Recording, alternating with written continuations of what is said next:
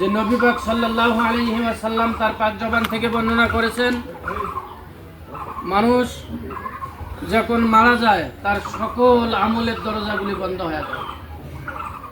তিনটে আমলের দরজা খোলা থাকে। কয়টা? তিনটা। স্মরণ রাখবেন।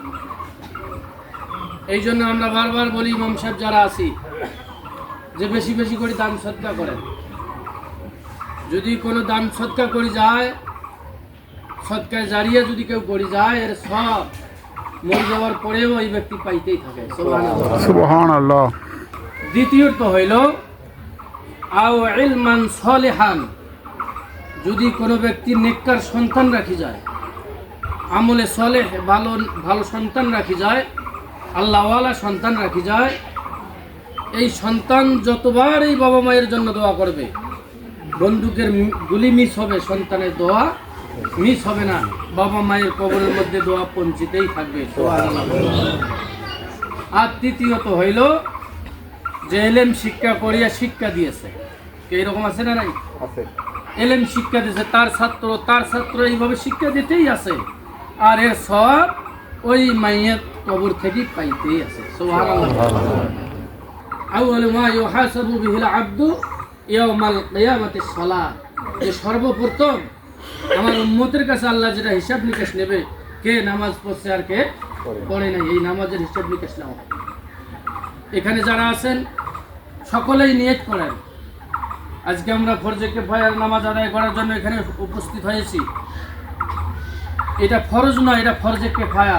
এখানে তো তাগিদ এই রকম নয় যে এখানে সকলকে আসি জানাজার নামাজ আদায় করতে হবে, কিন্তু ফরজে আইন যেটাকে বলা হয়, 7 বছর থেকে শুরু করে আল্লাহর ডাকে সাড়া দিতে হবে।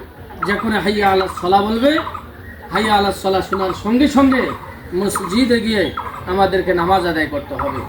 যখনই আমরা নামাজ আদায় করার জন্য মসজিদে যাব, আল্লাহর কাছে আত্মসমর্পণ করা হবে, মাথা নত করা হবে, স্যালেন্ডার করা হবে। সেখানেই আল্লাহ খুশি হয়ে ফেরেশতাদেরকে বলবে, এই ফেরেশতারা দেখো, আমি মহব্বত করি আমার বান্দাদেরকে সৃষ্টি করিয়াছি। আমার বান্দা যখনই হাইয়া আলাস সালাহ শুনে আমাকে আল্লাহকে সন্তুষ্ট করার জন্য, আমার আল্লাহর কাছে মাথা নত করার জন্য তারা মসজিদে এসে নামাজ আদায় করতেছে, আমার আল্লাহর কাছে আত্মসমর্পণ করতেছে, এই ফেরেশতারা আমি আমার বান্দার জীবনের সমস্ত গুনাহ খাতাগুলি মাফ করে দেব। সুবহানাল্লাহ। কি আপনারা গুনাহ মাফ করতে চান কি চান না? যদি চান 5 ওয়াক্ত নামাজ পড়বেন, হালাল রুজি খাইবেন, সত্য কথা বলবেন, মিথ্যা কথা কোনো সময় বলা যাবে না।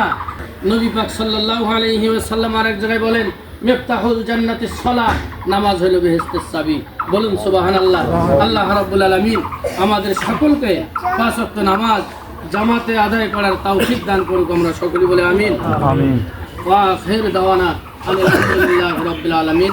আসসালামু আলাইকুম ওয়া রাহমাতুল্লাহ। যেহেতু এই মৃত্যু ব্যক্তি যদি কোনো রকমের অন্যায় করে থাকে, কারো সবাই মাফ করে দেন, আর যদি কারো কোনো পায়া থাকেন তাও কোয়ান আমরা দিয়ে দিতে পারবো। আল্লাহর রাস্তায় তার জন্য দোয়া করবো।